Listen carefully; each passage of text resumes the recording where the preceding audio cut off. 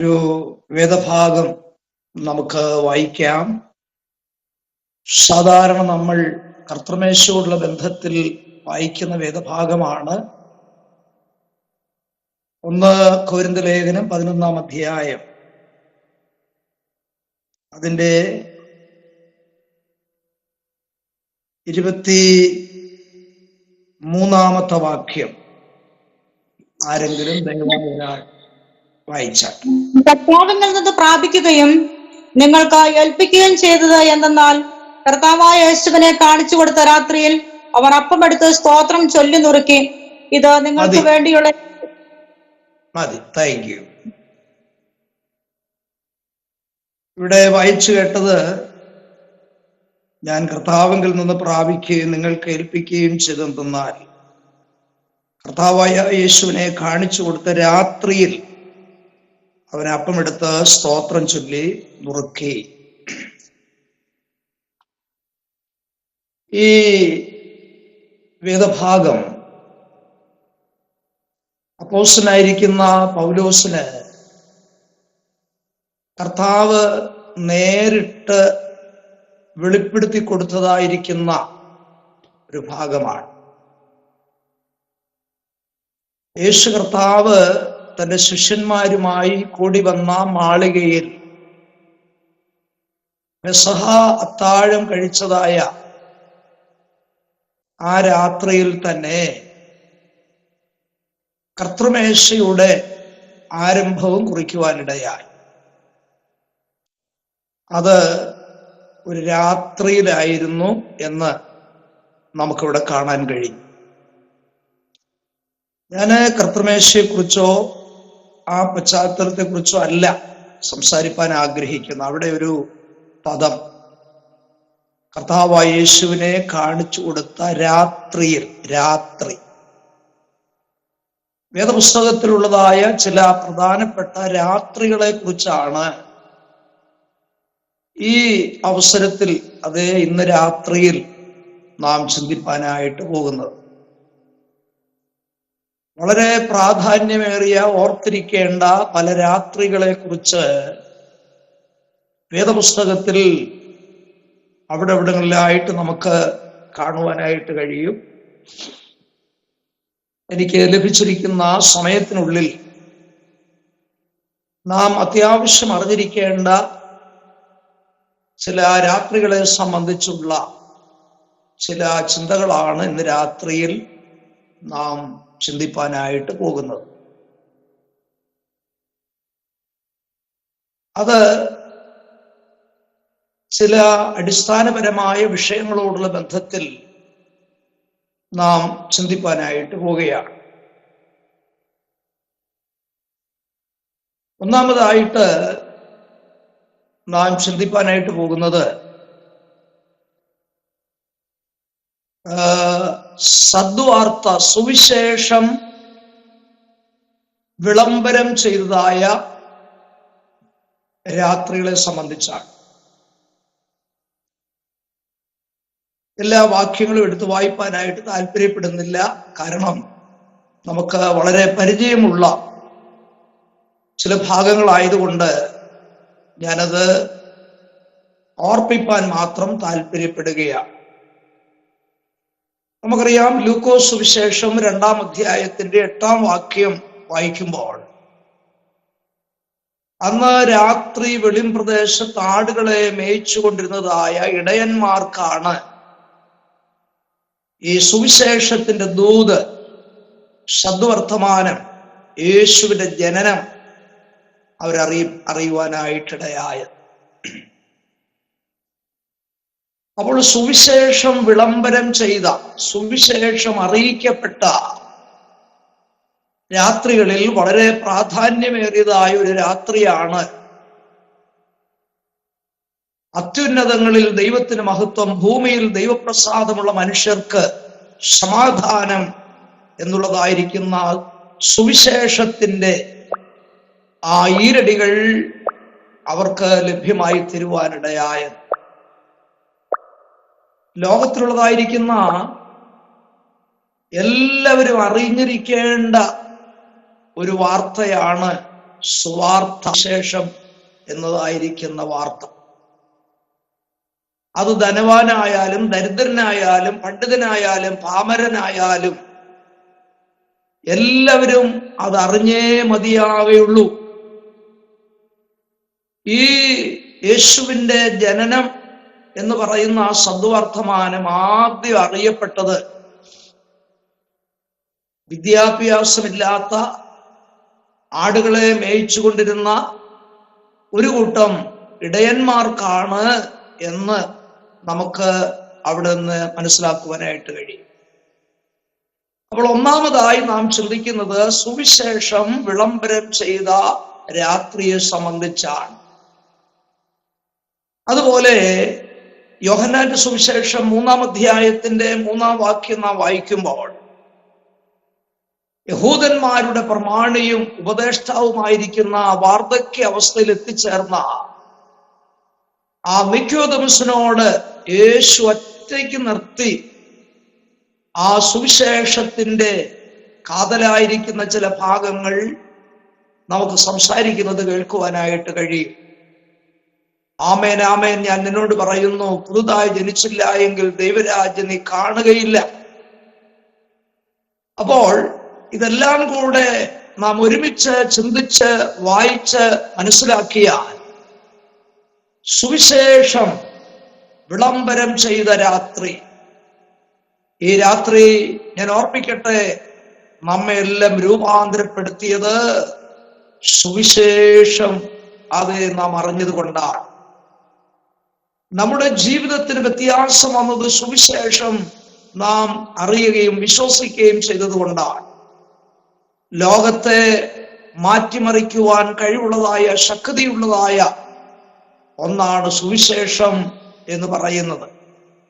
അനേക കഠിന ഹൃദയമുള്ളവരെ അത് നിർമ്മലമായ ആ ഹൃദയമാക്കി തീർക്കുവാനായിട്ട് കഴിഞ്ഞുകൊണ്ടിരിക്കുന്നതും ഈ സുവിശേഷത്തിന്റെ ദൂതാണ് എന്ന കാര്യം നാം മറക്കരുത്. സുവിശേഷം വിളംബരം ചെയ്ത രാത്രികളുണ്ട്. അടുത്തതായിട്ട് പുറപ്പാട് പുസ്തകം 12-ാം അധ്യായത്തിന്റെ 31-ാമത്തെ വാക്യം നാം വായിക്കുമ്പോൾ മിസ്രയീമിൽ ദീർഘവർഷങ്ങൾ അടിമകളായി ബന്ധിച്ചു കിടന്നതായിരിക്കുന്ന തന്റെ ജനത്തെ അഥവാ ഇസ്രായേൽ ജനത്തെ ദൈവം വിടുവിച്ചത് ഒരു രാത്രിയിലാണ് എന്ന് നമുക്ക് കാണാൻ കഴിയും. അതിന് നമുക്ക് പേര് കൊടുക്കാം വിട്ട് പുറപ്പെടുന്ന രാത്രി. വിട്ടു പുറപ്പെടുന്ന രാത്രി. അപ്പോ സുവിശേഷ ദൂത് പ്രഖ്യാപിക്കപ്പെട്ട രാത്രി ആണ് ആദ്യം ചിന്തിച്ചതെങ്കിൽ ഇവിടെ നമുക്ക് ചിന്തിപ്പാൻ കഴിയുന്നത് വിട്ട് പുറപ്പെടുന്ന രാത്രി ഉണ്ട് എന്നുള്ള കാര്യമാണ്. അതിന്റെ പശ്ചാത്തലങ്ങളെല്ലാം നമുക്ക് അറിയാം. ദൈവമക്കളായിരിക്കുന്ന ഇസ്രായേൽ ജനം, ദൈവത്തിന്റെ സ്വന്തം ജനം, ദീർഘനാളുകളായി ഫറവോന്റെ അടിമത്വത്തിൽ അടിമവേല ചെയ്തുകൊണ്ട് അവരുടെ ജീവിതത്തെ വളരെ വിഷമിപ്പിച്ചതായിരിക്കുന്ന ആ സങ്കടകരമായിരിക്കുന്ന അവസ്ഥയിൽ നിന്ന് അവർക്ക് വിടുതൽ ലഭിച്ചത് ഒരു രാത്രിയിലാണ് എന്നാണ് നമുക്കിവിടെ മനസ്സിലാക്കുവാനായിട്ട് കഴിയുന്നത്. ഫറവോന്റെ ഹൃദയത്തെ കഠിനമാക്കിക്കൊണ്ടിരുന്നു. പക്ഷേ ഈ കടിഞ്ഞൂൽ സംഹാരം എന്ന് പറയുന്നതായിരിക്കുന്ന ആ സംഭവം മിസ്രയീമിൽ പാർത്തിരുന്നതായിരിക്കുന്ന തന്റെ ജനത്തെയും ബാധിക്കുവാൻ സാധ്യതയുണ്ടായിരുന്നു. ദൈവം പറഞ്ഞു, ഇസ്രായേൽ മക്കളുടെ ഓരോ കുടുംബങ്ങളിലും ഓരോ ആട്ടിൻകുട്ടി വേർതിരിക്കപ്പെടണം. ആബീബ് മാസം 10-ാം തീയതി വേർതിരിച്ച് നിർത്തുന്നതായിരിക്കുന്ന ഊനമില്ലാത്ത 1 വയസ്സുള്ള ആണായിരിക്കുന്ന ആട്ടിൻകുട്ടി 14-ാം ദിവസത്തിന്റെ വൈകുന്നേരം ഓരോ കുടുംബങ്ങളിലും അറുക്കപ്പെടണം. അങ്ങനെ അറുക്കപ്പെട്ടതായിരിക്കുന്ന ആട്ടിൻകുട്ടിയുടെ രക്തം വീടിന്റെ കട്ടിളക്കാലുകളിന്മേലും കുറുമ്പടിമേലും പുരട്ടണം.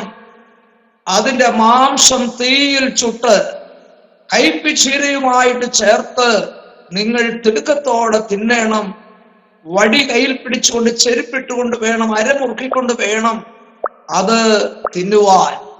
ഇന്ന് രാത്രി ഞാൻ ദൈവജനത്തെ ഓർപ്പിക്കട്ടെ, പാപത്തിന്റെ ശമ്പളം മനുഷ്യനിൽ വാഴുന്നതായിരിക്കുന്ന ആ കാര്യങ്ങൾ മനസ്സിലാക്കി, ആമേൻ, ആദാമിന് ശേഷം 4000 വർഷം കഴിഞ്ഞ് വാഴ്ത്തപ്പെട്ടവനായിരിക്കുന്ന കുഞ്ഞാടാകുന്ന ക്രിസ്തു ഈ ലോകത്തിലേക്ക് ഇറങ്ങി വന്നു. എന്തിനാണ് യേശു വന്നത്? മനുഷ്യന്റെ പാപത്തിൽ നിന്ന് അവരെ വിടുവിക്കുവാൻ, ബന്ധനത്തിൽ നിന്ന് അവരെ വിടുവിക്കുവാൻ, ശാപത്തിൽ നിന്ന് അവരെ വിടുവിക്കുവാനായിട്ടാണ്. അതെ, ആബിബ മാസം 10-ാം തീയതി വേർതിരിക്കപ്പെട്ടതായിരിക്കുന്ന ഒരു ആട്ടിൻകുട്ടിയെ പോലെ ആദാമ്യ പാപത്തിന്റെ പരിഹാരത്തിന് വേണ്ടി, അത് ലോകസ്ഥാപനം മുതൽ അർക്കപ്പെട്ട കുഞ്ഞാടെന്ന് പറയുന്നതായ വാഴ്ത്തപ്പെട്ടവനായിരിക്കുന്ന കർത്താവ് മനുഷ്യപാപത്തിന്റെ പരിഹാരത്തിന് വേണ്ടി അവൻ വേർതിരിക്കപ്പെടുവാനായിട്ടിടയായി. ദൈവത്തിന്റെ ദൃഷ്ടിയിൽ 1000 സംവത്സരം ഒരു ദിവസം പോലെയും ഒരു ദിവസം 1000 സംവത്സരം പോലെ ഇരിക്കുന്നു എന്നുള്ളതായിരിക്കുന്ന ആ ആശയപ്രകാരം, ആ ചിന്തയനുസരിച്ച് ആദാമിന് ശേഷം, ആദാം പാപം ചെയ്തതിനു ശേഷം 4000 വർഷമാകുന്ന 4 ദിവസം കഴിഞ്ഞപ്പോൾ നമ്മുടെ കർത്താവ് ക്രൂശിൽ നമുക്ക് വേണ്ടി അത് ക്രൂശിക്കപ്പെടുവാനായിട്ടിടയായി. ആ മരണത്തെ കുറിച്ചാണ് കൊരിന്ത് ലേഖനത്തിൽ പൗലോസ് എഴുതിയിരിക്കുന്നത്, നമ്മുടെ പെസഹ കുഞ്ഞാടും അറുക്കപ്പെട്ടിരിക്കുന്നു എന്ന് എഴുതുവാനായിട്ട് ഇടയായത്. അങ്ങനെയാണെങ്കിൽ ഇന്ന് രാത്രി ഞാൻ ദൈവജനത്തെ ഓർപ്പിക്കട്ടെ, തന്റെ ജനം എന്നും കഷ്ടപ്പെടുന്നത് കാണുവാൻ ദൈവം ആഗ്രഹിക്കുന്നില്ല. എന്നും അവർ സങ്കടപ്പെടുവാനായിട്ട് ദൈവം ആഗ്രഹിക്കുന്നില്ല. എന്നും അവർ കരഞ്ഞുകൊണ്ട് ജീവിപ്പാൻ ദൈവം ആഗ്രഹിക്കുന്നില്ല. ഇന്ന് രാത്രി പറയട്ടെ, സങ്കടത്തിൽ നമ്മെ നമ്മുടെ കഷ്ടത കണ്ട് ദൈവം നമ്മെ അതിൽ നിന്ന് വിടുവിക്കുന്ന ഒരു ദിവസമുണ്ട്. ഇതാ ഇന്ന് രാത്രി നമുക്ക് മനസ്സിലാക്കുവാനായിട്ട് കഴിയും, തന്റെ ജനത്തെ ദൈവം വിടുവിക്കുന്നതായ ഒരു രാത്രിയാണ് മിസ്രയീമിൽ നമുക്ക് കാണുവാനായിട്ട് സാധിക്കുന്നത്. അതെ, ഇസ്രായേൽ മക്കളുടെ ഓരോ കുടുംബങ്ങളിലും ഒരു കുഞ്ഞാടിന്റെ കരച്ചിൽ, ഒരു നിലവിളി അവിടെ ഉയരുന്നത് കാണുവാൻ കഴിയും. അതേസമയം മിസ്രയീമിലുള്ളതായിരിക്കുന്ന രാജാവിന്റെ കൊട്ടാരം മുതൽ അവിടെ ദരിദ്രനായി പാർക്കുന്ന വ്യക്തിയുടെ കുടിലിൽ വരെയും അവിടെയും ഒരു ദീനരോധനം കേൾക്കുവാൻ കഴിയും. അത് കടിഞ്ഞൂലുകളുടെ ദീനരോധനമാണ്. എന്നാൽ ആ കുഞ്ഞാടിന്റെ രക്തം കട്ടളക്കാലുകളിന്മേലും കുറുമടിമേലും അത് പുരട്ടിയിരിക്കുന്ന ഓരോ കുടുംബങ്ങൾക്കും ദൈവം വിടുതൽ കൊടുത്തതായി നമുക്ക് മനസ്സിലാക്കുവാനായിട്ട് കഴിയും. അന്ന് രാത്രി അവര് മിസ്രയീമിനെ വിട്ട് പുറപ്പെടുവാനായിട്ട് ഇടയായി. ഇന്ന് രാത്രി ഞാൻ ഓർപ്പിക്കട്ടെ, നാമും മിസ്രയീമിന്റെ അടിമത്വത്തിൽ, ഫറവോന്റെ അടിമത്വത്തിൽ, പിശാചിന്റെ പ്രവൃത്തികൾ ചെയ്തുകൊണ്ട് അവന്റെ അടിമത്വത്തിൽ ജീവിച്ചവരായിരുന്നുവെങ്കിലും, ആമേൻ, ഇന്ന് രാത്രി ഞാൻ ഓർപ്പിക്കട്ടെ, നമ്മെയും ദൈവം വിടുവിച്ചത് ഓർത്ത്, കുഞ്ഞാടിന്റെ രക്തത്താൽ നമുക്ക് ലഭിച്ചതായിരിക്കുന്ന വിടുതലുകൾ ഓർത്തുകൊണ്ട് നമുക്ക് ഇന്ന് രാത്രി ദൈവത്തെ സ്തുതിക്കുവാനായിട്ട് വകയുണ്ട് എന്നുള്ള കാര്യം ദൈവമക്കൾ മറക്കരുത്. നാം അതിനായിട്ട് ദൈവത്തിന് സ്തോത്രം ചെയ്യേണ്ടതാണ്. അതെ, സുവിശേഷം വിളംബരം ചെയ്ത രാത്രി, വിട്ട് പുറപ്പെടുന്നതായ രാത്രി.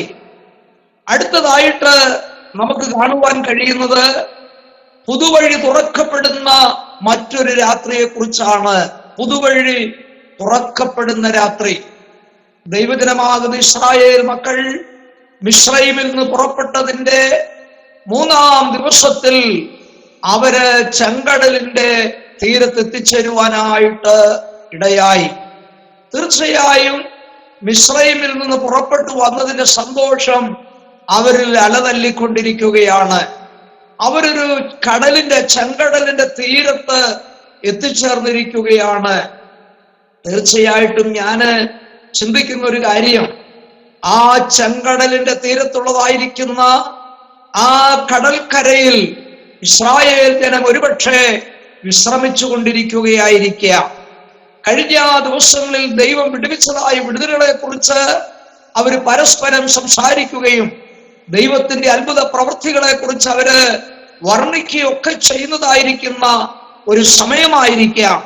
ഇതാ അവര് വന്നതായ വഴിയിലേക്ക്, അവര് പുറപ്പെട്ട വഴിയിലേക്ക്, അവര് യാത്ര ചെയ്തു വന്ന വഴിയിലേക്ക് അവര് തിരിഞ്ഞു നോക്കിയപ്പോൾ അവിടെ ചില ശബ്ദങ്ങൾ കേൾക്കുവാനായിട്ട് കഴിയും.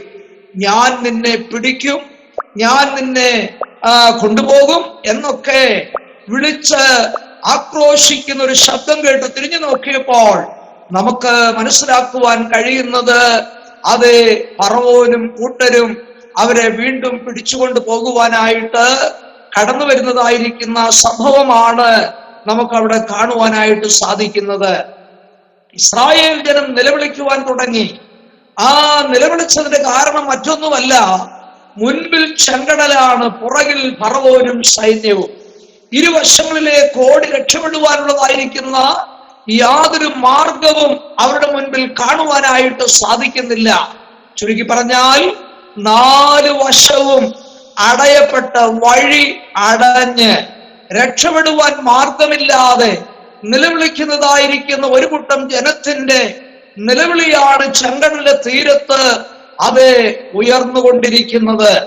എന്നാൽ ഇന്ന് രാത്രി ഞാൻ ഓർപ്പിക്കാം, അടയപ്പെടാത്തൊരു ഭാഗം അവരുടെ മുകളിലേക്ക് നോക്കിയാൽ കാണാൻ കഴിയും.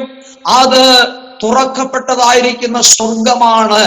ഇന്ന് രാത്രി എന്നെ കേൾക്കുന്ന ദൈവജനത്തോട് ഞാൻ പറയട്ടെ, കഴിഞ്ഞ നാളുകളിൽ ആമേൻ വഴിയാതെ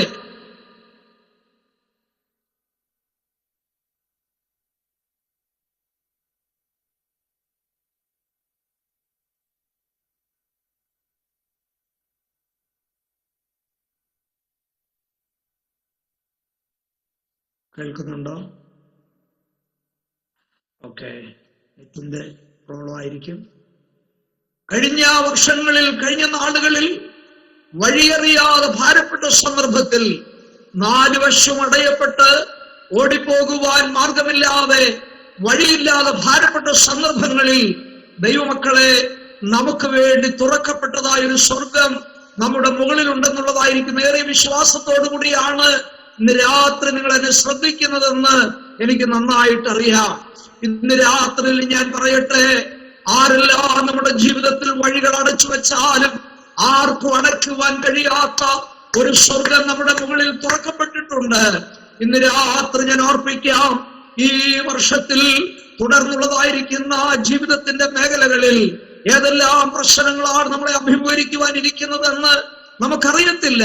പക്ഷേ ഈ വർഷാരംഭത്തിന്റെ ഈ പ്രാരംഭ ദിവസങ്ങളിൽ ഞാൻ ഓർപ്പിക്കട്ടെ, കഴിഞ്ഞ നാളുകളിൽ നമുക്ക് വേണ്ടി തുറക്കപ്പെട്ടതായിരിക്കുന്ന സ്വർഗം അടച്ചു കളയുവാൻ ആർക്കും സാധിക്കത്തില്ല. ഇന്ന് രാത്രിയിലും ആ തുറക്കപ്പെട്ട സ്വർഗത്തിന്റെ കീഴിലാണ് നമ്മൾ ഇരിക്കുന്നതെങ്കിൽ ഓർത്തുകൊള്ളുക, നമുക്ക് വേണ്ടി അവൻ ഇന്നും വഴിയൊരുക്കുവാൻ ശക്തനായിരിക്കുന്ന ദൈവമാണ്. മുൻപിൽ ചെങ്കടലാണ്.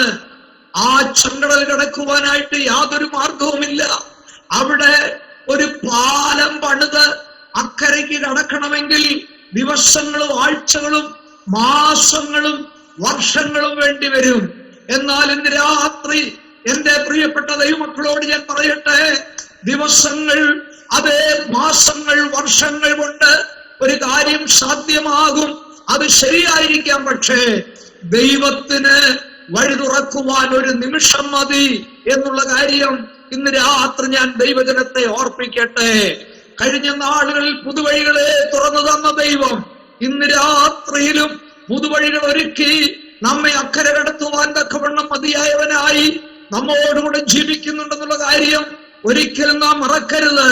പുറപ്പാട് പുസ്തകം 14-ാം അധ്യായത്തിന്റെ 21-ാമത്തെ വാക്യം നാം വായിക്കുമ്പോൾ അവിടെ കാണാൻ കഴിയും, അന്ന് രാത്രി ശക്തിയുള്ള ഒരു കിഴക്കൻ കാറ്റ് ദൈവം അടിപ്പിച്ചതിന്റെ ഫലമായി എന്ത് സംഭവിച്ചെന്നറിയാമോ? ആ വെള്ളം 2 ഭാഗത്തേക്കും മാറി ഒരു പുതിയ വഴി, അത് വെള്ളം തൊടാത്തൊരു വഴി, ഉണങ്ങിയ ഒരു നിലം അവർക്ക് വേണ്ടി ദൈവം ഒരുക്കി കൊടുത്തു. ആ വഴിയായിട്ട് ഇസ്രായേൽ മക്കൾ അക്കരെ പ്രവേശിച്ചുവെങ്കിൽ ഇന്ന് രാത്രി ഞാൻ പറയട്ടെ, നമുക്ക് വേണ്ടി പുതുവഴി തുറക്കപ്പെടുന്ന ചില രാത്രികൾ കഴിഞ്ഞ നാളുകളിൽ നമ്മുടെ ജീവിതത്തിൽ ഉണ്ടായെങ്കിൽ ഒരിക്കലും നിരാശപ്പെടരുത്. ഈ പുതിയ വർഷത്തിലും ചില പുതുവഴികൾ ഒരുക്കി നമുക്ക് വേണ്ടി കർത്താവ് പ്രവർത്തിപ്പാൻ തക്കവണ്ണം ശക്തനായിരിക്കുന്ന ദൈവമാണെന്ന് ഓർത്തുകൊണ്ട് ഇന്ന് രാത്രി ദൈവമക്കളെ ദൈവത്തെ സ്തുതിച്ചാട്ടെ. Hallelujah, hallelujah. ഒരുപക്ഷെ ഇന്ന് രാത്രി ചില പുതുവഴികൾ ആഗ്രഹിക്കുന്നവർ എന്നെ ശ്രവിക്കുന്നുണ്ടാകും എന്ന് ഞാൻ ചിന്തിക്കുകയാണ്. നിങ്ങളുടെ ജീവിതത്തിന്റെ ഭാവി ഓർത്ത് നിങ്ങൾ നിരാശപ്പെടേണ്ട. മക്കളെ തന്ന ദൈവം ആ മക്കളെക്ക് വേണ്ടി വഴിയൊരുക്കുവാൻ ശക്തനായ ദൈവമാണ്. അവർക്ക് വേണ്ടി ദൈവം കരുതുന്ന ദൈവമാണ്. അവർക്ക് വേണ്ടി പുതുവഴികൾ ഒരുക്കി അവരെ നടത്തുവാൻ ശക്തനായിരിക്കുന്ന ഒരു ദൈവത്തെയാണ് നാം സേവിക്കുന്നതെങ്കിൽ ഇന്ന് രാത്രി സകല ഭാരങ്ങളും നമ്മുടെ വേദനകളും നമ്മുടെ ചിന്താകുലങ്ങളും കർത്താവിന്റെ മേലിട്ട് കൊടുക്ക്. ഇന്ന് രാത്രി ഞാൻ ഓർപ്പിക്കട്ടെ, അതേ പുതുവഴികളെ തുറക്കുന്ന ചില രാത്രികൾ നമ്മുടെ ജീവിതത്തിൽ ശേഷിച്ചിട്ടുണ്ട്. ഹല്ലേലൂയ. കഴിഞ്ഞ നാളുകളിൽ ചിലപ്പോൾ നിങ്ങൾ അടുത്ത പ്രഭാതത്തിൽ അതേ ചിലരെ അങ്ങനെ അഭിമുഖീകരിക്കും. അടുത്ത പ്രഭാതത്തിൽ എന്താണ് ചില വഴികളെന്ന് ഓർത്ത് നിരാശപ്പെട്ടപ്പോൾ നമുക്ക് വേണ്ടി വഴി തുറന്നു തന്നതായ ദൈവം ഇന്ന് രാത്രി നമ്മോട് കൂടെയുണ്ട്. നമ്മുടെ നിലവിളി കർത്താവ് ഒരിക്കലും തള്ളിക്കളയുന്നവനല്ല. നമ്മുടെ നിലവിളിയെ ദൈവം കേൾക്കാതെ പോകുന്നവനല്ല. ഇന്ന് രാത്രി എന്നെ കേൾക്കുന്ന മാതാവേ, ആമേൻ, നിന്റെ നിലവിളി ഒരിക്കലും ദൈവം തള്ളിക്കളയുന്ന ദൈവമല്ല. ഇന്ന് രാത്രി ഞാൻ ദൈവത്തിന്റെ ആത്മാവിൽ ഓർപ്പിക്കട്ടെ, നിങ്ങൾക്ക് വേണ്ടി, നിങ്ങളുടെ തലമുറകൾക്ക് വേണ്ടി, നിങ്ങളുടെ പ്രിയപ്പെട്ടവർക്ക് വേണ്ടി പുതുവഴികളെ തുറക്കുന്ന ചില രാത്രികൾ നിങ്ങളുടെ ജീവിതത്തിൽ ശേഷിച്ചിട്ടുണ്ട് എന്ന് ഇന്ന് രാത്രി ദൈവത്തിന്റെ ആത്മാവ് ഓർപ്പിക്കുകയാണ്. അവൻ പുതുവഴികളെ തുറക്കുന്ന രാത്രികളുണ്ട്. ദൈവത്തിന് സ്തോത്രം. സുവിശേഷം വിളംബരം ചെയ്യപ്പെടുന്ന രാത്രി, വിട്ട് പുറപ്പെടുന്ന ചില രാത്രി, മാത്രമല്ല പുതുവഴികളെ തുറന്ന് അതേ ദൈവം നമ്മെ നടത്തുന്ന രാത്രികൾ. അടുത്തതായിട്ട് എനിക്ക് ഓർപ്പിക്കുവാനായിട്ടുള്ളത്, ബന്ധനത്തിൽ നിന്ന് വിടുവിക്കുന്നതായ ചില രാത്രികളുണ്ട്. നമുക്കറിയാം, അപ്പോസ്തല പ്രവൃത്തി 12-ാം അധ്യായത്തിന്റെ 6-ാം വാക്യം നാം വായിക്കുമ്പോൾ ദൈവത്തിന്റെ ദാസനായിരിക്കുന്ന പത്രോസിനെ ഹെരോദാവ് അവരെ കാരാഗൃഹത്തിൽ ബന്ധിച്ചിട്ടിരിക്കുകയാണ്. എന്തിനു വേണ്ടിയാണെന്നറിയാമോ? അടുത്ത ഒരു ദിവസമുണ്ടെങ്കിൽ ആ ദിവസത്തിൽ അവന്റെ ശിരച്ഛേദനം ചെയ്യുവാൻ വേണ്ടിയാണ്. ഞാനൊരു കാര്യം ഓർപ്പിക്കാം, എന്റെയും നിങ്ങളെയും കുറിച്ച് ദൈവത്തിന്റെ ശുശ്രൂഷകൾ ശേഷിക്കുന്നുണ്ടെങ്കിൽ ശത്രു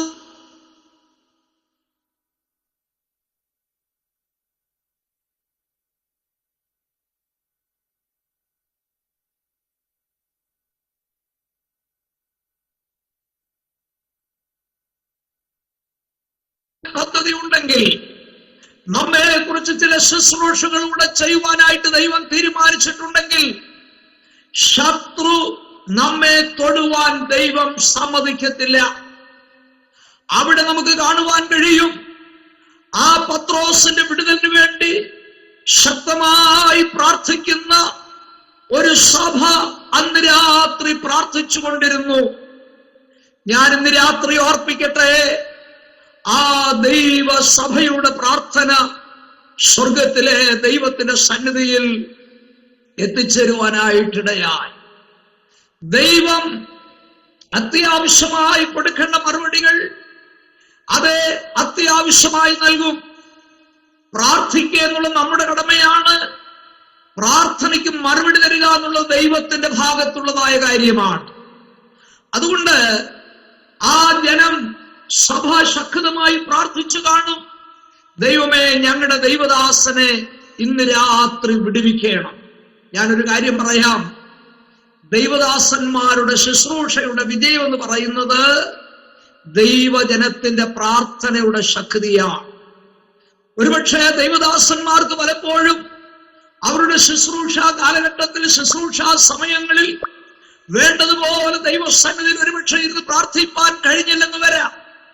എന്നാൽ അവരെ കൊണ്ട് ശക്തമായുള്ള ശുശ്രൂഷ ചെയ്തെടുക്കുന്നത് അതിന്റെ പുറകിൽ ദൈവജനത്തിന്റെ പ്രാർത്ഥനയാണെന്നുള്ളതിന് യാതൊരു സംശയവുമില്ല.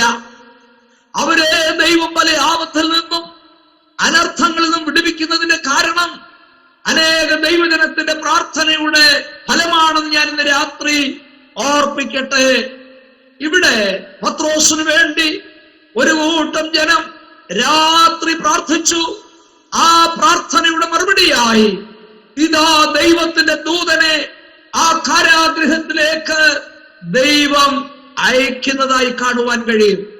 ദൈവമക്കൾ ഒരു കാര്യം ഓർക്കണം, പല സന്ദർഭങ്ങളിൽ പല ഇടങ്ങളിൽ ചെന്ന് നമുക്ക് പ്രാർത്ഥിക്കുവാനോ അവരെ ആശ്വസിപ്പിക്കുവാനോ കഴിഞ്ഞില്ലെന്ന് വരാം. ആ സന്ദർഭങ്ങളിൽ ദൈവമക്കൾ പ്രാർത്ഥിച്ചാൽ മതി. ആ സ്ഥലത്തേക്ക് ദൈവം തന്റെ ദൂതന്മാരെ അയച്ച് ദൈവത്തിന് ചെയ്തെടുക്കേണ്ടതായിരിക്കുന്ന പ്രവർത്തികൾ ദൈവം ചെയ്തെടുക്കുവാനായിട്ട് ശക്തനാണ്. നമ്മെ വിട്ട് പലരും വിദൂരങ്ങളിലായിരിക്കാം, വിദേശങ്ങളിലായിരിക്കാം. നമുക്ക് അവരെ ചെന്ന് ആശ്വസിപ്പിക്കുവാനോ അവിടെ ചെന്ന് പ്രാർത്ഥിക്കുവാനോ കഴിഞ്ഞില്ലെന്ന് വന്നേക്കാം. എന്നാൽ ഇന്ന് രാത്രി ഞാൻ ഓർപ്പിക്കട്ടെ, നീ ആയിരിക്കുന്ന സ്ഥാനത്തിരുന്നു കൊണ്ട് ശക്തമായി അവർക്ക് വേണ്ടി പ്രാർത്ഥിച്ചാൽ മതി. ദൈവം തമ്പുരാൻ എന്ത് ചെയ്യുമെന്നറിയാമോ? അവിടേക്ക് തന്റെ ദൂതനെ ദൈവം അയച്ച് ദൈവത്തിന്റെ അത്ഭുത പ്രവൃത്തി ദൈവം വെളിപ്പെടുത്തുവാൻ ശക്തനാണെന്നുള്ള കാര്യം ഇന്ന് രാത്രി മറന്നു പോകരുത്. ഒരുപക്ഷേ നിങ്ങളുടെ കുഞ്ഞുങ്ങൾ വിദേശങ്ങളിലായിരിക്കാം, നിങ്ങളുടെ പ്രിയപ്പെട്ടവർ വിദേശങ്ങളിലായിരിക്കാം, അഥവാ വിദൂരങ്ങളിലായിരിക്കാം. ഇന്ന് രാത്രി ഞാൻ ഓർപ്പിക്കാം, പ്രാർത്ഥനയ്ക്ക് ശക്തിയുണ്ട്. ശക്തമായി ദൈവസന്നിധിയിൽ പ്രാർത്ഥിച്ചാൽ ദൂരത്തിന്മേൽ പ്രവർത്തിക്കുന്ന ദൈവശക്തി അവിടേക്ക് കടന്നു ചെല്ലും. ദൈവത്തിന്റെ ദൂതനെ അവിടേക്ക് അയക്കും. അവിടെ ഒരു വിടുതൽ കാണുന്നത് നമുക്ക് കാണുവാൻ കഴിയും. ആമേൻ. ഇന്ന് രാത്രി ഓർപ്പിക്കട്ടെ, വിടുതലിന്റെ രാത്രികളുണ്ട്.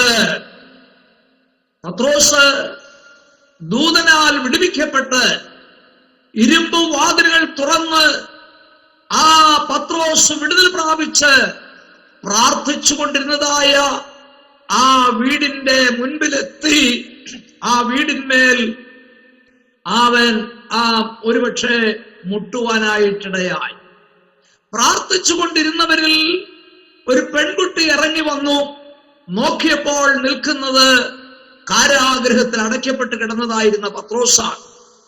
അവള് വാതിൽ പോലും തുറക്കാതെ ഓടിച്ചെന്ന് പ്രാർത്ഥിച്ചു കൊണ്ടിരിക്കുന്നവരോട് പറഞ്ഞു, പത്രോസ് മുറ്റത്തെത്തിയിട്ടുണ്ട്. അവിടെ പ്രാർത്ഥന നടത്തിയിട്ട് അവർ പറയുകയാണ്, നിനക്ക് ഭ്രാന്താണ്.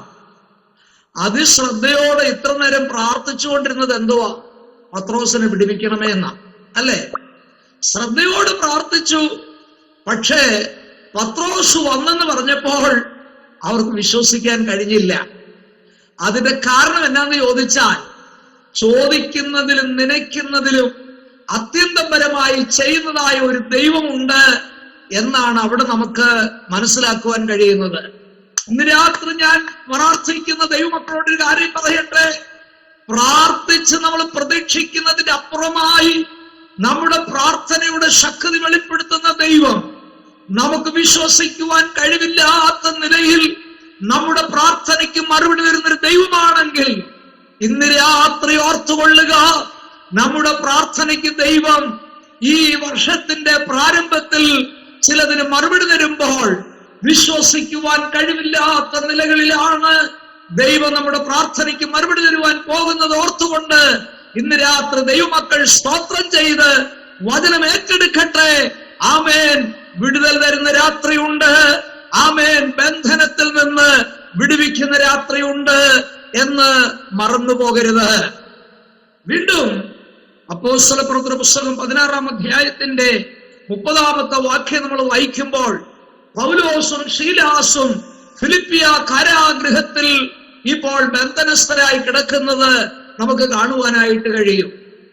അവരുടെ കൈയും കാലും ആമത്തിലിട്ടിരിക്കുകയാണ്. അവരുടെ ശരീരം മുഴുവനും അടിയേറ്റ് വേദന കൊണ്ട് അവര് ഭാരപ്പെട്ടുകൊണ്ടിരിക്കുകയാണ്.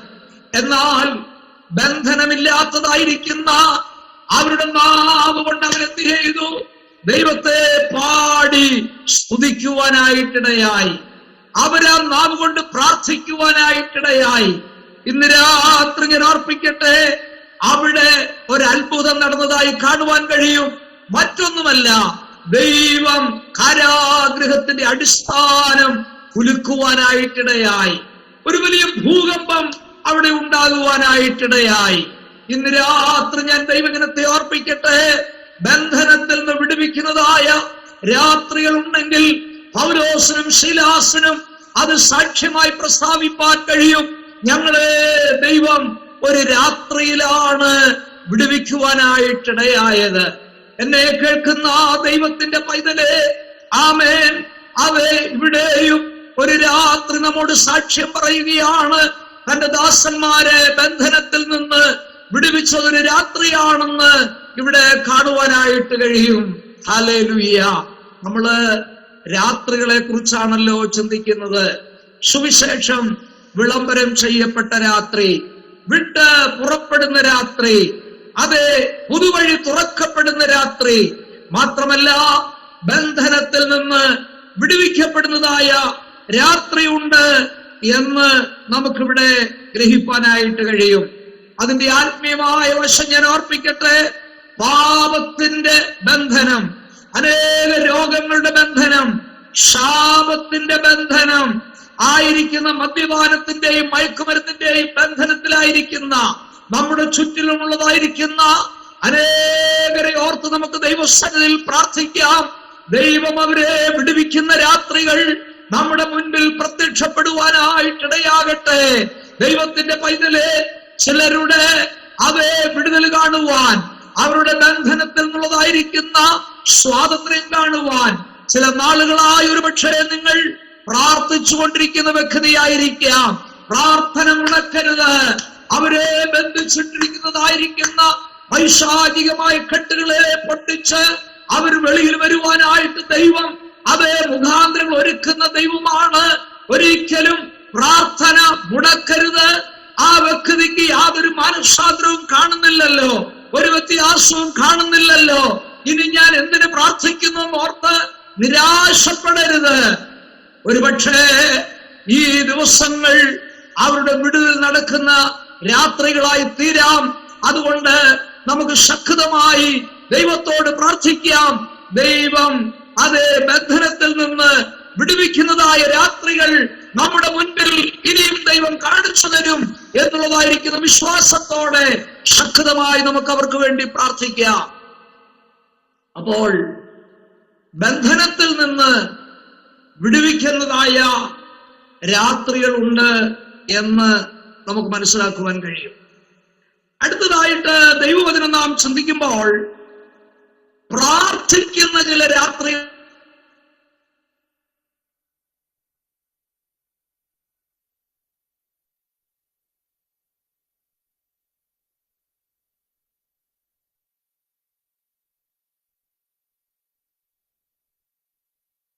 ായിരിക്കുന്ന കർത്താവായ യേശു പ്രാർത്ഥനയിൽ സമയങ്ങൾ ചെലവഴിക്കുന്നത് നമുക്ക് കാണുവാനായിട്ട് കഴിയും. പ്രാർത്ഥിക്കുന്ന ചില രാത്രികളെ ഞാൻ ഇവിടെ ഓർപ്പിക്കാം. യേശു രാത്രി മുഴുവനും പ്രാർത്ഥിച്ചത് എന്തിനു വേണ്ടിയായിരുന്നുവെന്ന് ലൂക്കോസ് 6-ാം അധ്യായം 12-ാം വാക്യം നാം തുടർന്ന് വായിക്കുമ്പോൾ കാണാൻ കഴിയും. പ്രാർത്ഥിച്ചതിന്റെ പിറ്റേ ദിവസമാണ് അവൻ അപ്പോസ്തലന്മാരായിരിക്കേണ്ടവരെ തെരഞ്ഞെടുക്കുന്നതായിട്ട് കാണുവാൻ കഴിയുന്നു. കർത്താവ് യാദൃച്ഛികമായി അവരെ തെരഞ്ഞെടുത്തതല്ല. രാത്രി മുഴുവനും ഒരു തെരഞ്ഞെടുപ്പിന്റെ ആവശ്യത്തിന് വേണ്ടി ദൈവസന്നിധിയിൽ പ്രാർത്ഥിച്ചതായിരുന്നുവെന്ന് അവിടെ നമുക്ക് കാണുവാനായിട്ട് കഴിയും. ഈ ലോകത്തിൽ നാം ആയിരിക്കുമ്പോൾ അനേക തരത്തിലുള്ള വിവിധ തുറകളിലുള്ള തെരഞ്ഞെടുപ്പിന്റെ അനുഭവങ്ങൾ നമ്മുടെ നമ്മുടെ ജീവിതത്തിൽ വരാൻ സാധ്യതയുണ്ട്. അത് പല നിലകളിലായിരിക്കും ആ തെരഞ്ഞെടുപ്പ് നിലകൊള്ളുന്നത്. എന്നാൽ ഒരു കാര്യം ഞാൻ ഇന്ന് രാത്രി ഓർപ്പിക്കാം. അങ്ങനെ തെരഞ്ഞെടുക്കേണ്ടതായിരിക്കുന്ന ഏത് കാര്യങ്ങളുമായിക്കൊള്ളട്ടെ, അതിനുവേണ്ടി ഒരു പ്രാർത്ഥന ആവശ്യമാണ് എന്ന് ദൈവമക്കൾ മറന്നു പോകരുത്. അങ്ങനെ പ്രാർത്ഥനയോടുകൂടെ തെരഞ്ഞെടുത്താൽ നമ്മുടെ തെരഞ്ഞെടുപ്പ് ഒരിക്കലും അത് വിഫലമായി തീരുകയില്ല.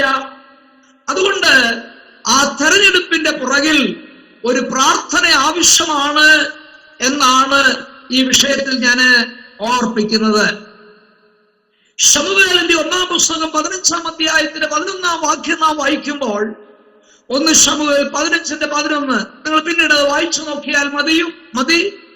അവിടെ ദൈവത്തിന്റെ ദാസനും പ്രവാചകനുമായിരുന്ന ശമൂവേൽ പ്രാർത്ഥിച്ചതായിട്ട് നമുക്ക് കാണാൻ കഴിയും. എന്തിനാണ് പ്രാർത്ഥിച്ചെന്നറിയാമോ? ഒരു ശൗലിന്റെ മാനസാന്തരത്തിന് വേണ്ടി, അഥവാ ഒരു ശൗലിന്റെ മടങ്ങി വരവിന് വേണ്ടി. ശൗലിനെ ദൈവം രാജസ്ഥാനത്ത് നിന്ന് തള്ളിക്കളഞ്ഞു. അവനിൽ വാസം ചെയ്യുന്നത് ദുരാത്മാവാണെന്ന് മനസ്സിലാക്കി ശമൂവേൽ പ്രവാചകൻ എന്ത് ചെയ്യുകയാണ്? ആ തലേ രാത്രിയിൽ അവന് വേണ്ടി പ്രാർത്ഥിക്കുവാനായിട്ടിടയായി.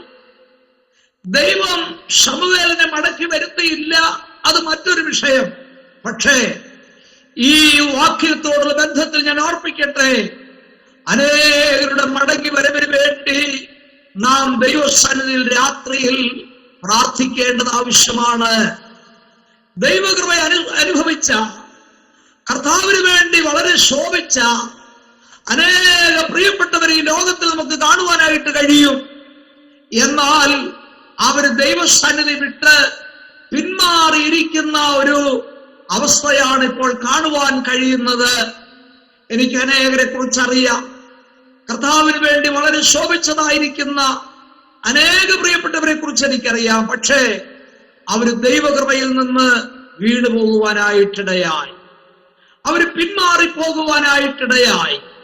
എന്നാൽ ഒരു കാര്യം ഇന്ന് രാത്രി ഞാൻ ഓർപ്പിക്കട്ടെ, അവരെ ഓർത്ത് പ്രാർത്ഥിക്കുവാനുള്ള ഒരു ദൗത്യം ദൈവം നമ്മെ ഭരമേൽപ്പിച്ചിട്ടുണ്ട്. എന്തിനു വേണ്ടി? അവരുടെ മടങ്ങി വരവിന് വേണ്ടി നാം പ്രാർത്ഥിക്കേണ്ടവരാണ്. ആ പ്രാർത്ഥന ദൈവം ഒരിക്കലും തള്ളിക്കളയുകയില്ല. പ്രിയപ്പെട്ടവരെ, നിങ്ങളുടെ പ്രിയപ്പെട്ടവരായിരിക്കാം പലരും.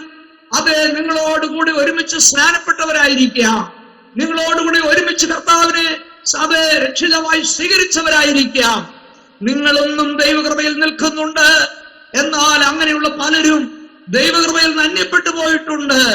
അവരെ ഓർത്ത് പ്രാർത്ഥിക്കുവാനുള്ള ആ ഒരു ദൗത്യം ദൈവം നമ്മെ ഭരമേൽപ്പിച്ചിരിക്കുകയാൽ അവരുടെ അനേകരുടെ മടങ്ങി വരവിന് വേണ്ടി നാം പ്രാർത്ഥിക്കേണ്ടത് ആവശ്യമാണ്.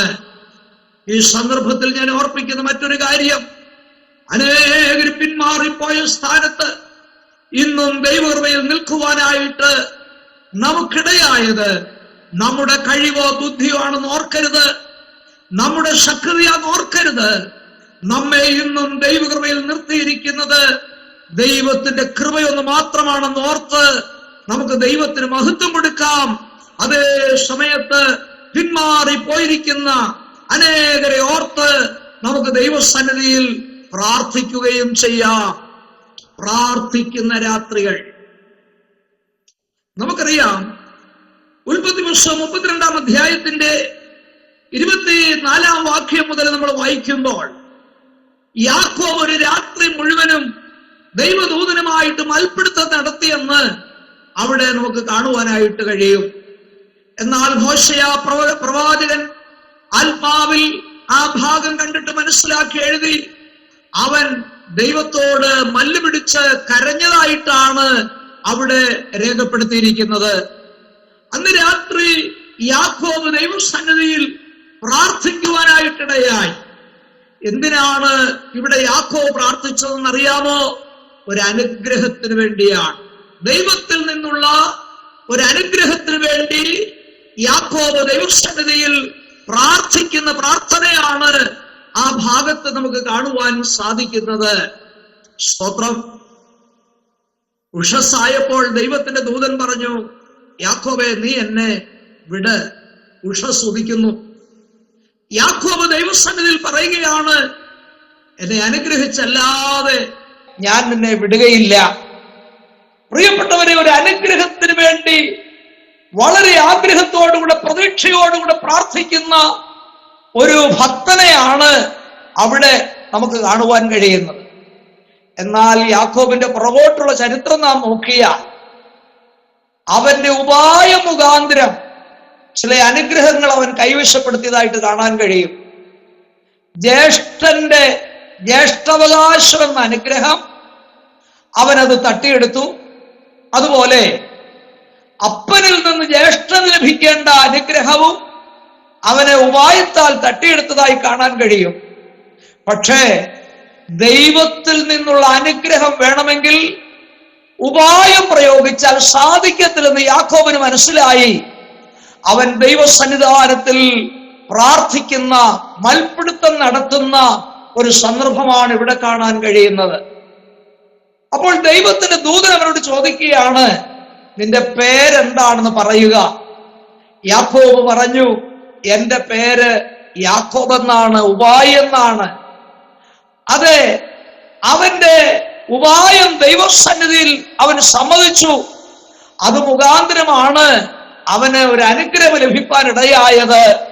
ആമേൻ. അവിടെ നമ്മൾ ഇങ്ങനെ വായിക്കുന്നു, ദൂതൻ അവന്റെ തുടയുടെ തടം തൊട്ടതിനാൽ അവന്റെ കാല് ഉളുക്കിപ്പോയതായിട്ട് കാണാനായിട്ട് കഴിയും.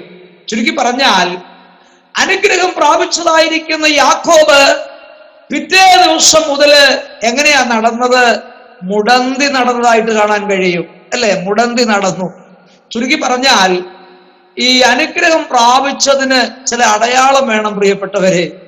ആൾക്കാർ ചോദിച്ചു കാണും, നിനക്ക് ഇന്നലെ വരെ ഉളുക്കില്ലായിരുന്നല്ലോ, എന്താണ് നിനക്ക് ഇന്ന് ഉളുക്ക് പറ്റിയത്? അവൻ ഒരു സാക്ഷ്യം പറയും, ഞാൻ അനുഗ്രഹം പ്രാപിപ്പാൻ ദൈവസന്നിധിയിൽ ചെന്നപ്പോൾ അവിടുന്ന് കിട്ടിയതായിരിക്കുന്ന ഒരു കാര്യമാണ് ഉളുക്ക്. വാസ്തവത്തിൽ അനുഗ്രഹത്തിന്റെ കൂടെ ഫ്രീ ആയിട്ട് കിട്ടുന്നതാ ഉളുക്ക്, കേട്ടോ. പലർക്കും അനുഗ്രഹം മതി, ഉളുക്ക് വേണ്ട, അല്ലേ? ഹല്ലേലൂയ. തീർച്ചയായും ഇന്ന് രാത്രി ഞാൻ ഓർപ്പിക്കട്ടെ, അനുഗ്രഹത്തിന്റെ ഫലം കൂടെ, അതിന്റെ അടയാളം കൂടെ ദൈവം തരും. കാരണം നീ അനുഗ്രഹം പ്രാപിച്ചവനാണെന്ന് ലോകം കാണുമ്പോൾ പറയണം, ഇവൻ അനുഗ്രഹിക്കപ്പെട്ടവനാണെന്ന് പറയണം. അത് നിന്റെ ഉളുക്ക് മുഖാന്തരമാണ് അനേകർക്ക് മനസ്സിലാകുവാനായിട്ട് സാധിക്കുന്നത്. 31-ാം സങ്കീർത്തനത്തിൽ നമ്മൾ കാണുന്നു, മനുഷ്യർ കാണുക, അതെ, മനുഷ്യപുത്രന്മാര് കാണുക, ദൈവം ചെയ്യാൻ പോകുന്ന നന്മ എത്ര വലിയത് എന്നാണ് അവിടെ കാണുവാൻ കഴിയുന്നത്. പ്രിയപ്പെട്ട ദൈവമക്കളെ, ദൈവത്തെ സേവിച്ചാൽ അവൻ നമ്മെ അനുഗ്രഹിക്കുന്ന ദൈവമാണ്. അനുഗ്രഹത്തിന് വേണ്ടി അതിന്റെ പുറകിൽ കാണുന്നത് ഒരു പ്രാർത്ഥനയുടെ അനുഭവമാണെങ്കിൽ നമുക്ക് ദൈവസന്നിധിയിൽ പ്രാർത്ഥിക്കാം. പ്രാർത്ഥിക്കുന്ന ദൈവമക്കളെ ദൈവം അനുഗ്രഹിക്കുന്ന ദൈവമാണ് എന്ന് അവിടെ കാണുവാനായിട്ട് സാധിക്കും. ദൈവത്തിന് സ്തോത്രം. ഞാന് വേഗം മുൻപോട്ട് പോകട്ടെ. അതെ, സുവിശേഷം പ്രസംഗിച്ച, സുവിശേഷം വിളംബരം ചെയ്ത രാത്രികളുണ്ട്, വിട്ട് പുറപ്പെട്ടതായ രാത്രികളുണ്ട്, പുതുവഴി തുറക്കപ്പെട്ടതായ രാത്രികളുണ്ട്, ബന്ധനത്തിൽ നിന്ന് വിടുതൽ പ്രാപിച്ച രാത്രികളുണ്ട്, അനേക വിഷയങ്ങൾക്കായി പ്രാർത്ഥിച്ച രാത്രികളുണ്ട്. അതെ, അടുത്തതായിട്ട് ദാനിയേൽ പ്രവചനം 5-ാം അധ്യായത്തിന്റെ 30-ാമത്തെ വാക്യം നാം വായിക്കുമ്പോൾ അവിടെ കാണുവാൻ കഴിയും, ന്യായവിധിയെ സംബന്ധിച്ച് അവിടെ കാണാൻ കഴിയും. ലോകത്തിൽ അഭ്യുന്നതി പ്രാപിച്ച വൻകിട രാഷ്ട്രമായിരുന്നതായ ബാബേൽ സാമ്രാജ്യത്തിന്റെ അവസാനത്തെ രാജാവായിരുന്നുവല്ലോ ബെൽഷസ്സർ രാജാവ്. അങ്ങനെ ബെൽഷസ്സർ രാജാവ് രാജ്യം ഭരിച്ചുകൊണ്ടിരുന്നതായ കാലത്താണ് അവന് ഒരു കാര്യം മനസ്സിലായി. ദാനിയേൽ 5-ാം അധ്യായം പഠിക്കുമ്പോൾ അവിടെ കാണാൻ കഴിയും, അവന്റെ ഹൃദയത്തിലൊരാഗ്രഹം തന്റെ ഭാര്യമാർക്കും വെപ്പാട്ടിമാർക്കും അവന്റെ സ്നേഹിതന്മാർക്കും പരിവാരത്തിനൊക്കെ ഒരു വിരുന്ന് ഒരുക്കുവാനുള്ള ഒരു ചിന്ത അവന്റെ ഹൃദയത്തിലേക്ക് വരുവാനായിട്ടിടയായി. അങ്ങനെ ഒരുക്കിയതായിരിക്കുന്ന വിരുന്നിൽ വീഞ്ഞൊഴിച്ചു കുടിക്കുവാൻ വേണ്ടി അവൻ ആജ്ഞാപിച്ചു കൊണ്ടുവരുവാൻ പറഞ്ഞത് ദൈവജനം ഒരിക്കൽ ആലയത്തിൽ ഉപയോഗിച്ചുകൊണ്ടിരുന്നതായ പൊൻവെള്ളി പാത്രമായിരുന്നു. അവന്റെ പിതാമഹൻ അത് ഇസ്രായേലിനെ കീഴ്പ്പെടുത്തി അടിമകളായി പിടിച്ചുകൊണ്ടുവന്ന സന്ദർഭത്തിൽ യെരൂശലേം ദേവാലയം നശിപ്പിച്ച് അവിടെ ഉണ്ടായിരുന്ന പൊൻവെള്ളി പാത്രങ്ങൾ എടുത്തുകൊണ്ട് വന്ന് ബാബേലിലുള്ളതായിരിക്കുന്ന തങ്ങളുടെ ക്ഷേത്രത്തിൽ അത് സൂക്ഷിച്ചു വെച്ചിരിക്കുകയായിരുന്നു. അതിനെ നിന്ദിക്കുവാനോ വന്ദിക്കുവാനോ പോയില്ല. എന്നാൽ ഈ ബെൽഷസ്സറിന് തോന്നി ആ പാത്രത്തിൽ വേണം ഇന്ന് രാത്രി വീഞ്ഞ് ഒഴിച്ചു കുടിക്കുവാൻ. അത് കൊണ്ടുവരട്ടെ എന്ന് പറഞ്ഞു. പൊൻവെള്ളി പാത്രങ്ങൾ അവിടെ കൊണ്ടുവരുവാനായിട്ടിടയായി. അതിനകത്ത് വീഞ്ഞ് ഒഴിച്ചു കുടിച്ച് അന്ന് രാത്രി ആ ദിവസത്തെ ആ രാത്രിയെ ആഘോഷിച്ചു കൊണ്ടിരുന്ന സമയത്താണ് ഭിത്തിമേലൊരു കരം പ്രത്യക്ഷപ്പെട്ടിട്ട് അവിടെ ഇങ്ങനെ എഴുതി മെനെ മെനെ തെക്കേൽ ഉഫർസേൽ. പക്ഷേ രാജാവിനോ പരിവാരത്തിനോ അവിടുന്ന് വായിക്കുവാൻ കഴിഞ്ഞില്ല. വായിക്കുവാൻ കഴിയാതെ വിഷമിച്ചു. ഒരു കാര്യം അവിടെ എഴുത്തിൽ എഴുതപ്പെട്ടതായിരിക്കുന്ന സന്ദേശം ഇതാണ്: നിന്നെ ഞാൻ തൂക്കി, നീ തൂക്കത്തിൽ കുറവുള്ളവനായി കണ്ടു. നിന്റെ രാജ്യം ഞാൻ വിഭാഗിച്ചു, മേദ്യർക്കും പാർസികൾക്കും അത് വിഭാഗിച്ചു കൊടുക്കും. പക്ഷേ ഇത് വായിക്കുവാനോ അർത്ഥം മനസ്സിലാക്കുവാനോ സാധിച്ചില്ല. അങ്ങനെ ഇരുന്ന സന്ദർഭത്തിലാണ് ആ രാജാവിന്റെ ആ മാതാവിന് കാര്യം മനസ്സിലായി. ഇങ്ങനെയുള്ള സന്ദർഭങ്ങളിൽ രാജ്യത്തിന് വേണ്ടി നിന്നതായിരിക്കുന്ന ഒരു ഭക്തനായിരിക്കുന്ന മനുഷ്യൻ, ഒരു യഹൂദൻ ഈ രാജാ സദസ്സിലുണ്ട്. അത് മറ്റാരുമല്ല, ദാനിയേലാണ്. ദാനിയേൽ അത് അന്യദേശത്ത് ബാബേൽ പ്രവാസിയായി പാർത്തുവെങ്കിലും താൻ ദൈവത്തിന്റെ നിയമങ്ങൾ പാലിച്ച് ദൈവഭക്തനായി തന്നെ അവിടെ ജീവിക്കുന്ന ഒരു മനുഷ്യനായിട്ടാണ് അവിടെ നമുക്ക് കാണുവാൻ കഴിയുന്നത്. ഈ രാജ്ഞി പറഞ്ഞതനുസരിച്ച് ഈ രാജാവിന്റെ സന്നിധിയിൽ ദാനിയേലിനെ വിളിച്ചു വരുത്തുവാനായിട്ടിടയായി. ദാനിയേലാണ് ആ എഴുത്ത് വായിച്ച് അർത്ഥം പ്രസ്താവിപ്പാനായിട്ടിടയായത്. ഒരു കാര്യം ഇവിടെ ഓർക്കണം, തന്റെ മക്കൾക്ക് അറിയാൻ വയ്യാത്ത ഭാഷയിൽ പിതാവ് ഒരിക്കലും എഴുത്തെഴുതാറില്ല. ഇവിടെ രാജാവ് ദാനിയേലിനെ മാനിക്കുവാൻ വേണ്ടി ദൈവം ഒരുക്കിയതായ ഒരു വഴിയാണ്. അത് കൃത്യമായിട്ട് ദാനിയേൽ വായിക്കുവാനായിട്ടിടയായി. മെനെ മെനെ എന്ന് വെച്ചാൽ നമ്മുടെ മലയാള ഭാഷയിൽ വേണമെങ്കിൽ അതിനൊരു അർത്ഥം കൊടുക്കാം. രാജാവെ, നീ മെന കാണിച്ചു എന്നാണ് ഞാനത് പറയാറുള്ളത്. നീ കാണിച്ചത് മെനയാ. മാത്രമല്ല, രാജാവിന്റെ പ്രീതി സമ്പാദിക്കാനായിരുന്നുവെങ്കിൽ ദാനിയേലിനത് വായിക്കാമായിരുന്നു. ഒരു ദീർഘം വലതുവശത്തിട്ടിട്ട് മോനെ എന്നാ ദൈവം വിളിച്ചത് എന്ന് വേണമെങ്കിലും വായിക്കാമായിരുന്നു. പക്ഷേ ദൈവസന്നിധിയിൽ നിൽക്കുന്ന പ്രവാചകന്മാർ സൂക്ഷിക്കേണ്ട ഒരു കാര്യം, ദൈവം വെളിപ്പെടുത്തിയ കാര്യങ്ങൾ അതുപോലെ തന്നെ പറയണം. മനുഷ്യന്റെ മുഖം പ്രസാദിക്കുവാനായിരിക്കരുത് അവരുടെ ശുശ്രൂഷ. അവരുടെ മുഖം നിന്റെ നേരെ കോപം കൊണ്ട് ജ്വലിച്ച ദൈവം പറഞ്ഞ ദൂതാണ് പ്രവാചകൻ വിളിച്ചു പറയേണ്ടത്. ആ രാജാവിനോട് അവൻ പറഞ്ഞു, രാജാവേ, ദൈവം നിന്നെ തൂക്കി നോക്കിയിരിക്കുകയാണ്. നീ തൂക്കത്തിൽ കുറവുള്ളവനായി കണ്ടിരിക്കുകയാണ്.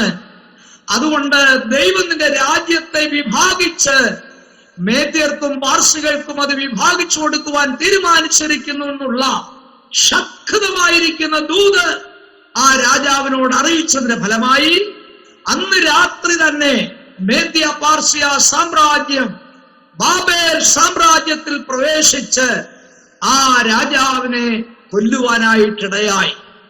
അന്ന് രാത്രി തന്നെ ദൈവം രാജാവിനെ ന്യായം വിധിച്ചു.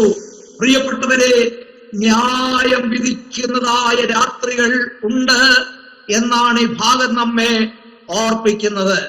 നാം എബ്രായ ലേഖനം വായിക്കുമ്പോൾ 9-ാം അധ്യായത്തിന്റെ അവസാന വാക്യത്തിൽ പറഞ്ഞിരിക്കുന്നു, ഒരിക്കൽ മരിക്കുകയും പിന്നെ ന്യായവിധിയും മനുഷ്യർക്ക് ശേഷിച്ചിരിക്കുന്നു എന്നുള്ളത്.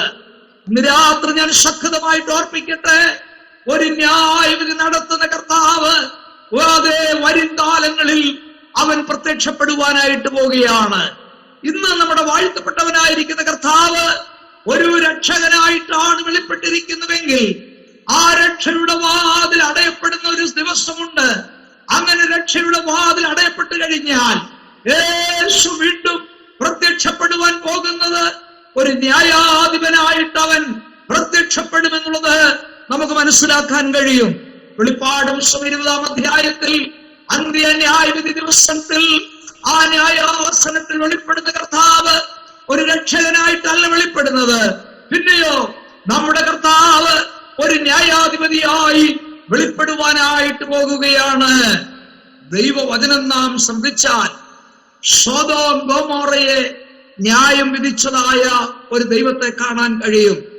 ജലപ്രളയം അയച്ച് നോഹയുടെ കാലത്ത് ദൈവം ന്യായവിധി നടത്തിയതായി കാണുവാനായിട്ട് കഴിയും. നെബൂഖദ്നേസർ രാജാവിനെ, അതേ ബെൽഷസ്സർ രാജാവിനെ ഒക്കെയും ന്യായവിധി നടത്തിയതായ ഒരു ദൈവത്തെ കാണുവാനായിട്ട് കഴിയും. അതെല്ലാം വിരൽ ചൂണ്ടുന്ന ഒരു സത്യമുണ്ട്. ഭാവിയിൽ ഒരു ന്യായവിധി നടത്തുന്ന ദിവസമുണ്ട്. അന്ന് ദൈവം ന്യായവിധി നടത്തും. ആകാത്ത വാക്കുകൾക്ക് ന്യായവിധിയുണ്ട്, ആകാത്ത പ്രവൃത്തികൾക്ക് ന്യായവിധിയുണ്ട്, ആകാത്ത രഹസ്യങ്ങൾക്ക് ന്യായവിധിയുണ്ട്, ആകാത്ത വിചാരങ്ങൾക്ക് ന്യായവിധിയുണ്ട് എന്ന് ദൈവവചനം വ്യക്തമായി നമ്മെ ഓർപ്പിക്കുകയാണ്.